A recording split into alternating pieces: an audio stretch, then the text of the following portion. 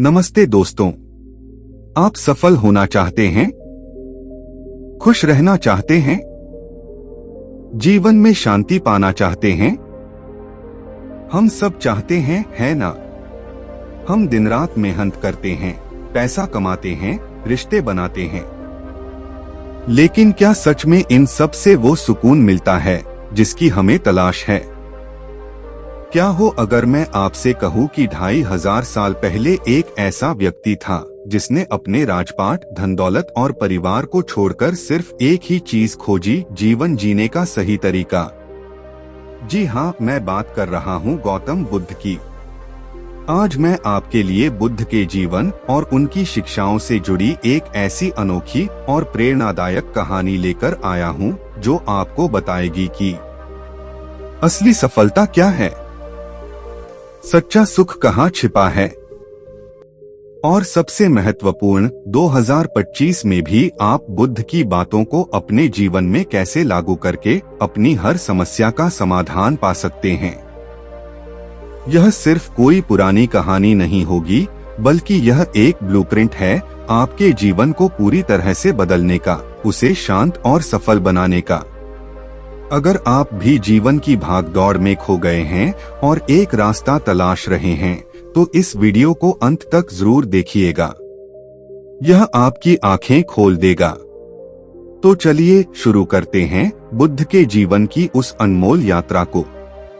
एक समय की बात है, एक शांत और सुंदर गांव था जिसे लोग सुखधाम कहते थे।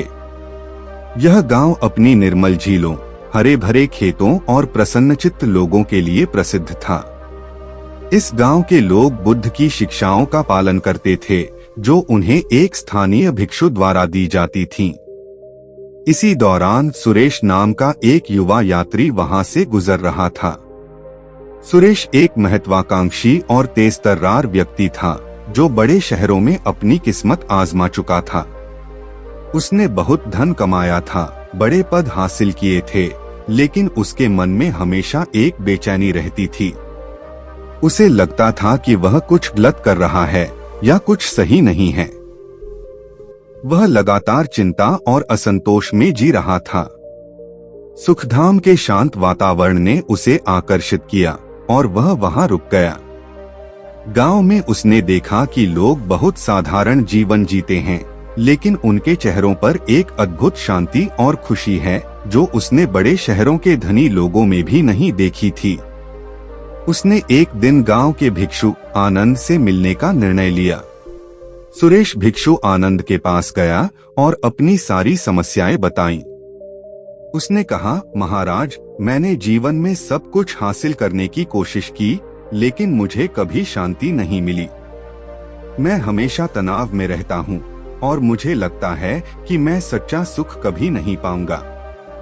मुझे जीवन जीने का सही तरीका क्या है, यह समझ नहीं आ रहा।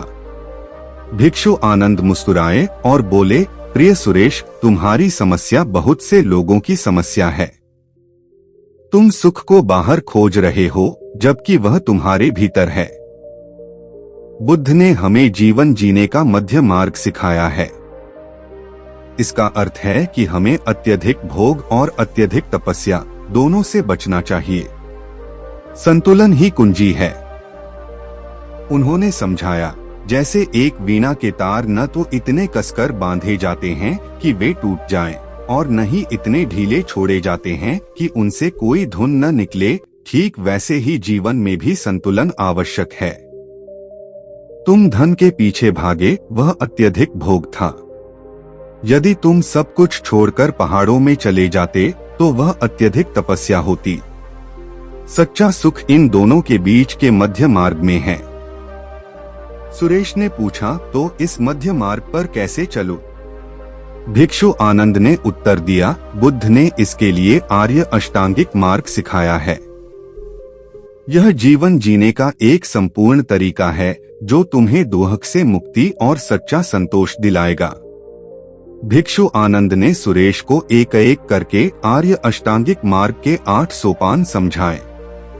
सम्यक दृष्टि, सबसे पहले तुम्हें जीवन की सच्चाई को समझना होगा। यह संसार दुखमय है क्योंकि सब कुछ अनित्य है, अस्थायी है अनात्म कुछ भी स्थायी मैं नहीं है और दुहक अस्तित्व ही पीड़ा है। जब तुम इस सत्य को समझोगे तभी तुम मोह माया से मुक्त हो पाओगे। सुरेश ने याद किया कि कैसे उसकी सफलताएं भी क्षणिक थीं और उससे चिपके रहने पर उसे दुहक ही मिलता था। सम्यक संकल्प, तुम्हारे विचार शुद्ध और सकारात्मक होने चाहिए। क्रोध, घृणा, लालच और हिंसा के विचारों को छोड़ो। प्रेम, करुणा और दूसरों के कल्याण के विचार रखो। जैसे विचार होंगे वैसे ही तुम्हारे कर्म होंगे। सुरेश ने सोचा कि कैसे उसके प्रतिस्पर्धी विचार उसे हमेशा जलाते रहते थे। सम्यक वचन, तुम्हारी वाणी सत्य, मधुर और हितकारी होनी चाहिए। झूठ न बोलो, किसी की निंदा न करो, कटु वचन न बोलो और व्यर्थ की बातों में समय बर्बाद न करो। तुम्हारी वाणी ऐसी हो जो दूसरों को जोड़े, न कि तोड़े। सुरेश को अपने कड़वे बोल याद आए जिनसे उसने कई रिश्ते खराब किए थे। सम्यक कर्मांत, तुम्हारे कर्म भी शुद्ध होने चाहिए। किसी जीव को हानि न पहुंचाओ, चोरी न करो और इंद्रियों के अत्यधिक भोग से बचो। तुम्हारे कर्म ऐसे हों जिनसे तुम्हें और दूसरों को लाभ मिले। सुरेश ने अपनी उन डील्स के बारे में सोचा जहां उसने दूसरों का नुकसान करके अपना फायदा किया था। सम्यक आजीविका, तुम्हारी आजीविका, रोजी रोटी ऐसी होनी चाहिए जिससे किसी को हानि न पहुंचे। ऐसा काम न करो जिसमें हिंसा, धोखाधड़ी या दूसरों का शोषण हो। ईमानदारी और नैतिकता से धन कमाओ। सुरेश को अपने व्यापार के कई बेईमान तरीके याद आए। सम्यक व्यायाम, तुम्हें बुरे विचारों को दूर करने और अच्छे विचारों को विकसित करने के लिए निरंतर प्रयास करना चाहिए। यह आलस्य को त्याग कर सक्रिय रहने और अपने मन को अनुशासित करने का अभ्यास है।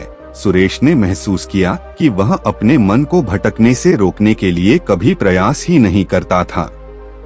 सम्यक स्मृति, अपने हर पल के प्रति जागरूक रहो।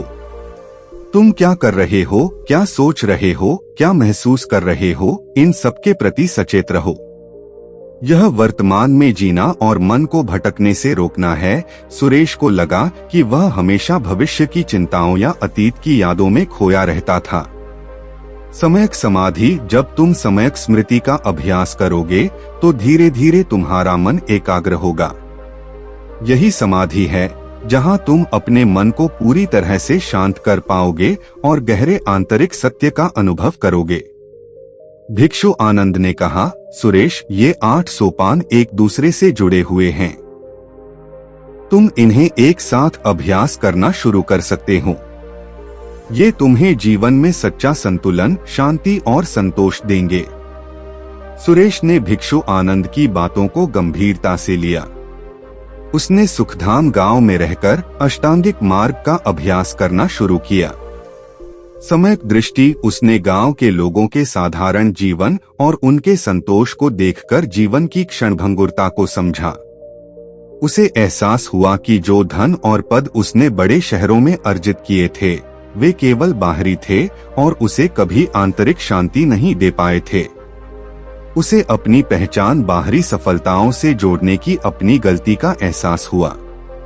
सम्यक संकल्प और वचन, उसने जानबूझकर अपने नकारात्मक विचारों, क्रोध, लालच, ईर्ष्या को पहचानना शुरू किया और उन्हें प्रेम व करुणा के विचारों से बदलने का प्रयास किया।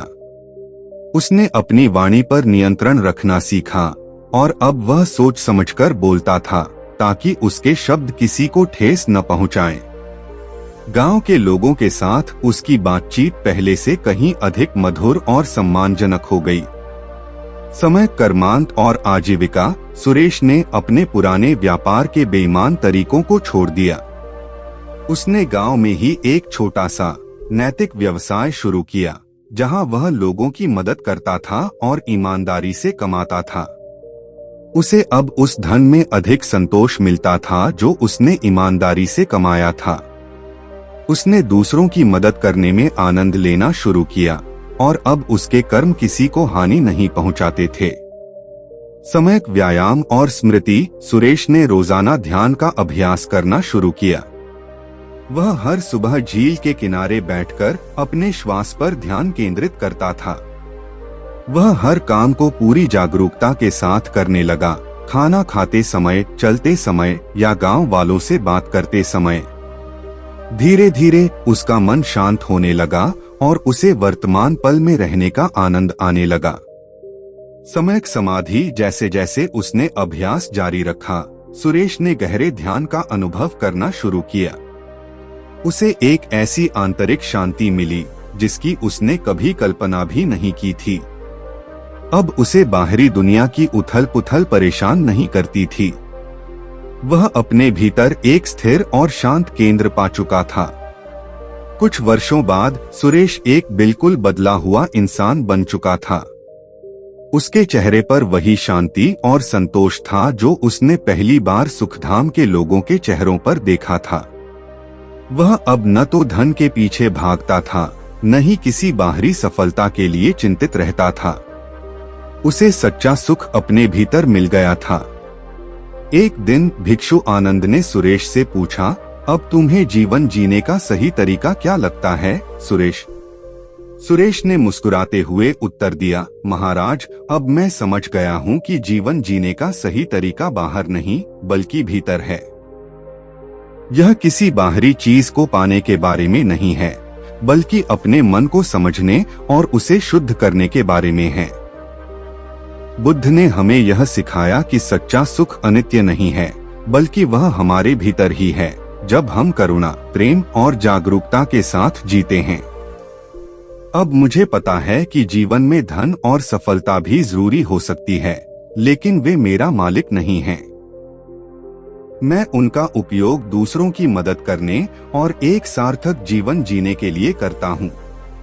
मैंने सीखा है कि मध्य मार्ग केवल एक सिद्धांत नहीं है, बल्कि यह हर पल जीने का एक तरीका है, संतुलन, जागरूकता और करुणा के साथ। भिक्षु आनंद ने सिर हिलाया, ठीक कहा सुरेश।